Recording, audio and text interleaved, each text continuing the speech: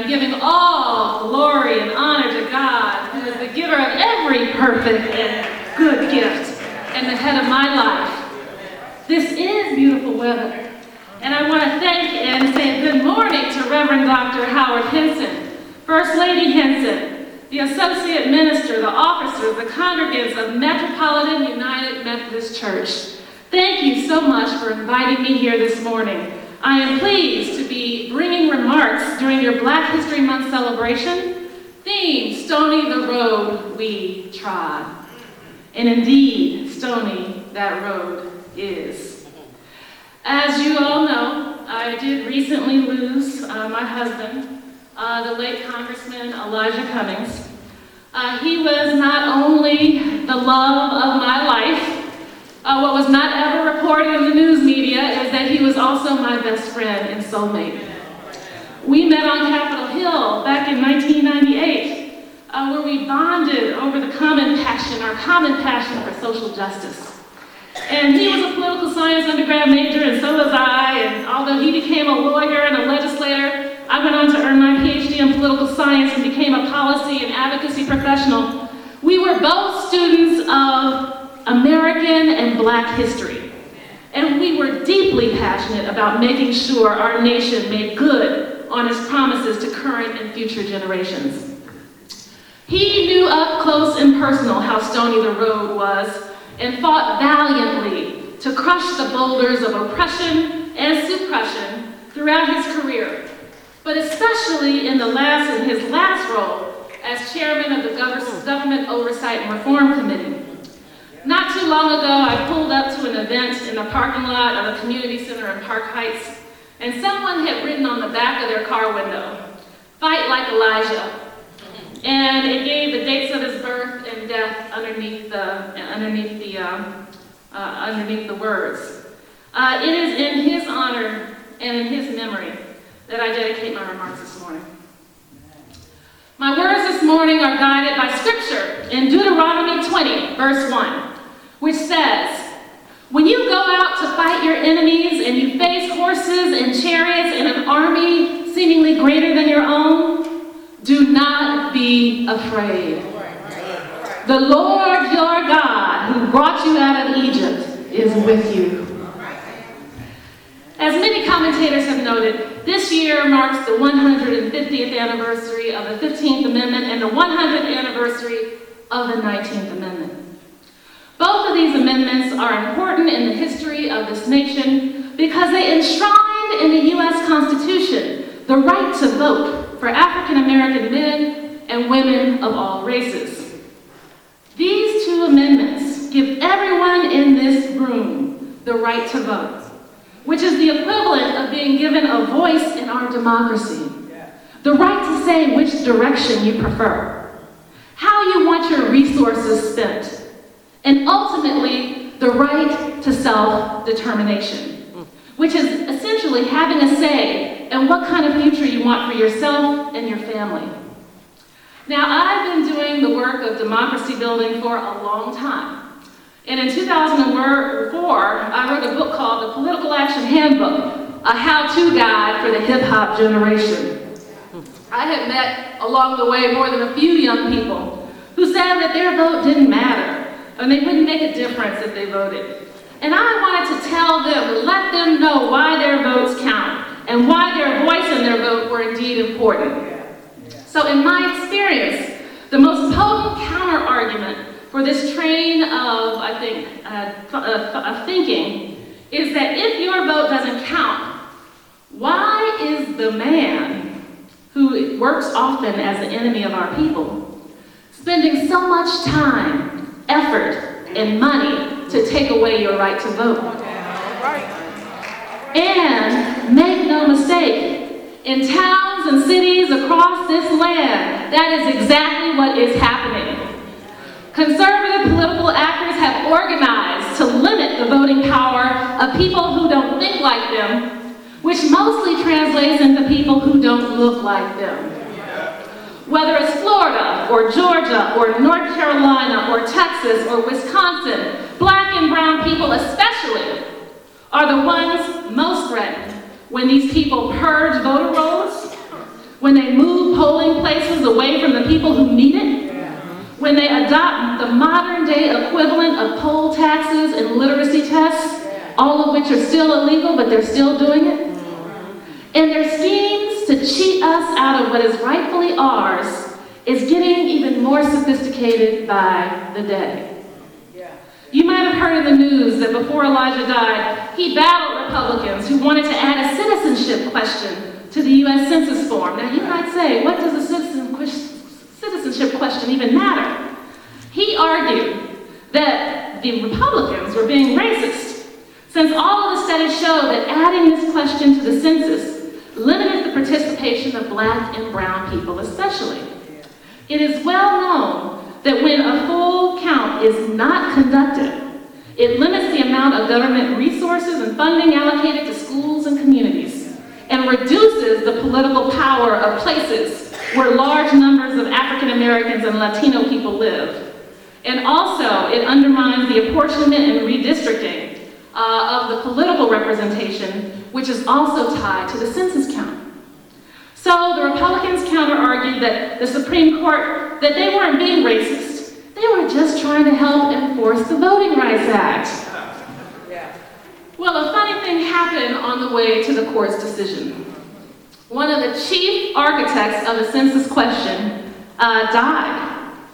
His daughter found his computer files and turned them over to lawyers who discovered all of the documents proving that the entire thing was about race all along. And the Republicans were trying to maximize white political power while minimizing the political power of people of color who were mostly Democrats. Now this just happened last year, folks. We're not talking about 1819. We're talking about 2019. Now, I'm telling this story because I want everyone listening to the sound of my voice to understand that we are at war. We are in a battle with a powerful enemy who is intent on stealing our right to fully participate in our democracy. By doing so, they are stealing resources that rightly belong to us. They're hurting our communities and they're undermining our children's future. What's sad is that too many of our people don't know that this is a war. And when they refuse to vote or be otherwise civically engaged, they're ending up ceding ground in the battle without even launching a fight. It's ironic that we are celebrating the 150th and 100th anniversary year of our right to vote during a momentous time for the nation and the world, when almost every aspect of the political system created by the framers is under threat. Reality star and businessman Donald J. Trump is President of the United States of America. His unorthodox style of political leadership has changed the rules of our society, threatening long-standing norms that were presumed to be essential for the underpinnings of our republic. The effectiveness of the three branches of government, structured as a system of checks and balances in the U.S. Constitution, has legitimately been called into question. And the two-party political system presumed to be the appropriate custodians of political ideology, agendas, and electoral organizing, has been deeply implicated in the decline of our democratic political norms. Add to this the growth of white nationalist sentiments, threats to multiculturalism, religious freedom, and gender equality, challenges to our long-established voting rights, the clash of neoliberalism and democratic socialism, the decline of organized labor, the rise of America's oligarch class, and explosive wealth inequality, and the United States of America has found its perfect storm.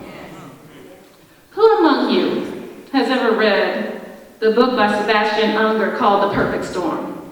Did anybody see the movie or read the book?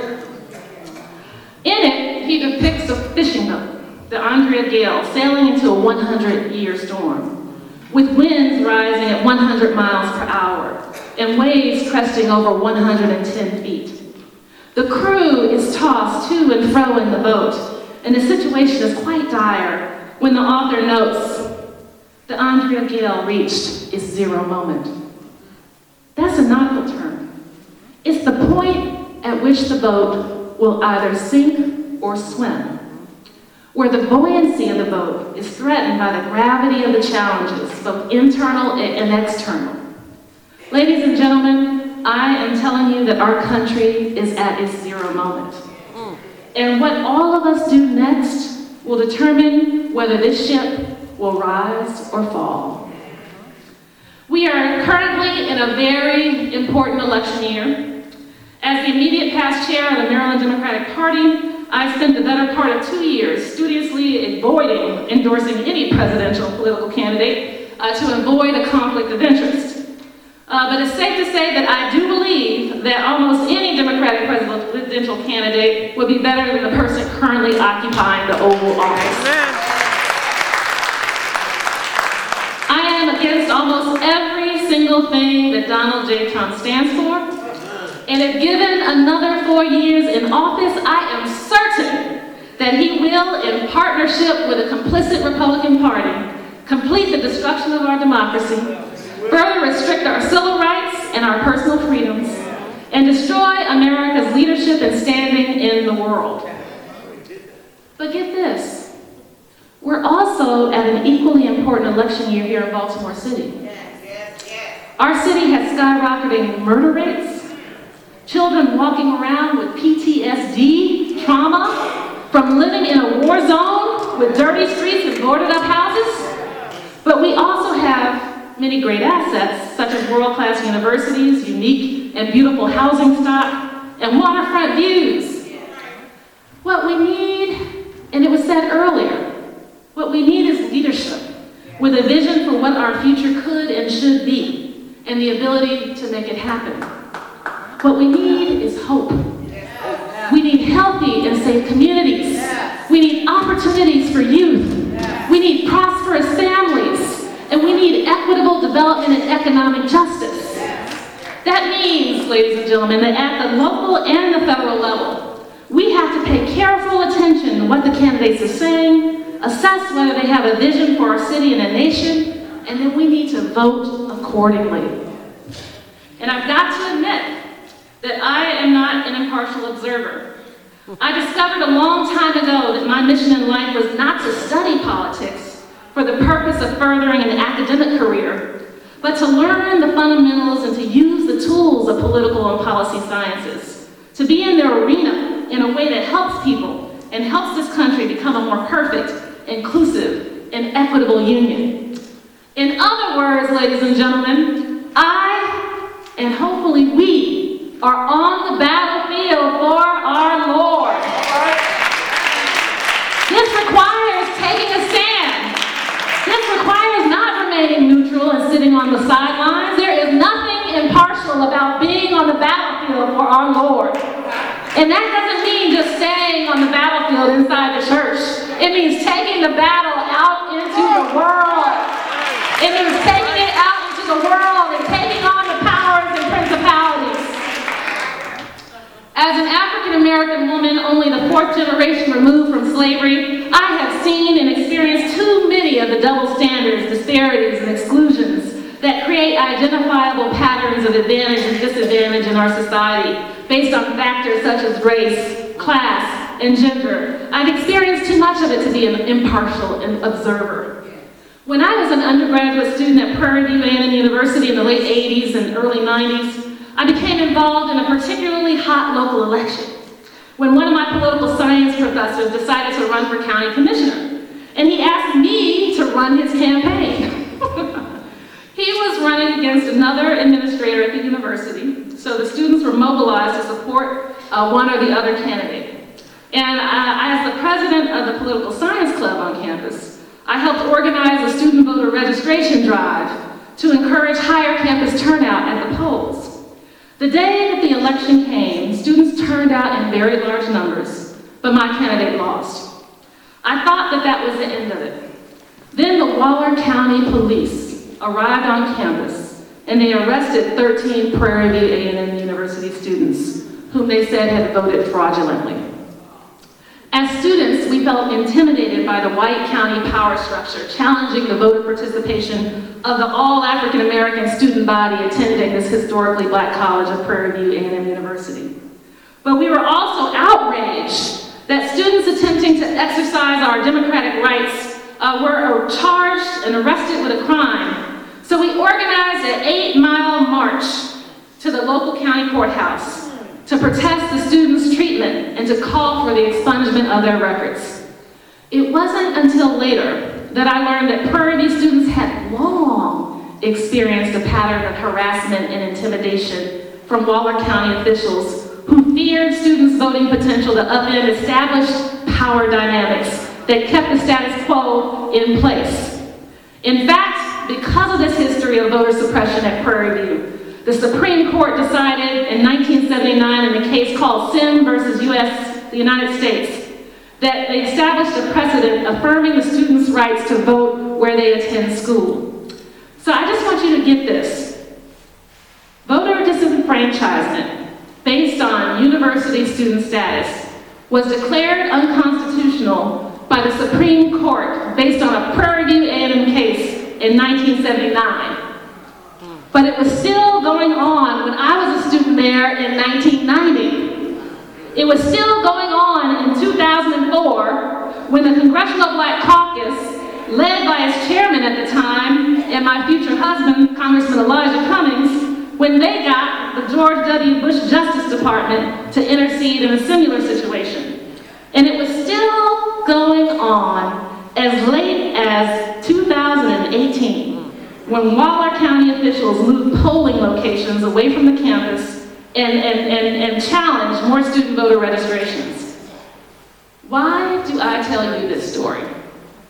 It is one of the many examples of the injustices and the double standards that continue to plague our nation despite passage of the 15th and 19th Amendments, despite passage of laws such as the Voting Rights Act, despite the adoption of Supreme Court decisions declaring unconstitutional voter disenfranchisement based on university student status. What I am saying is that African Americans have always lived in a country where the Constitution doesn't count unless we make it count.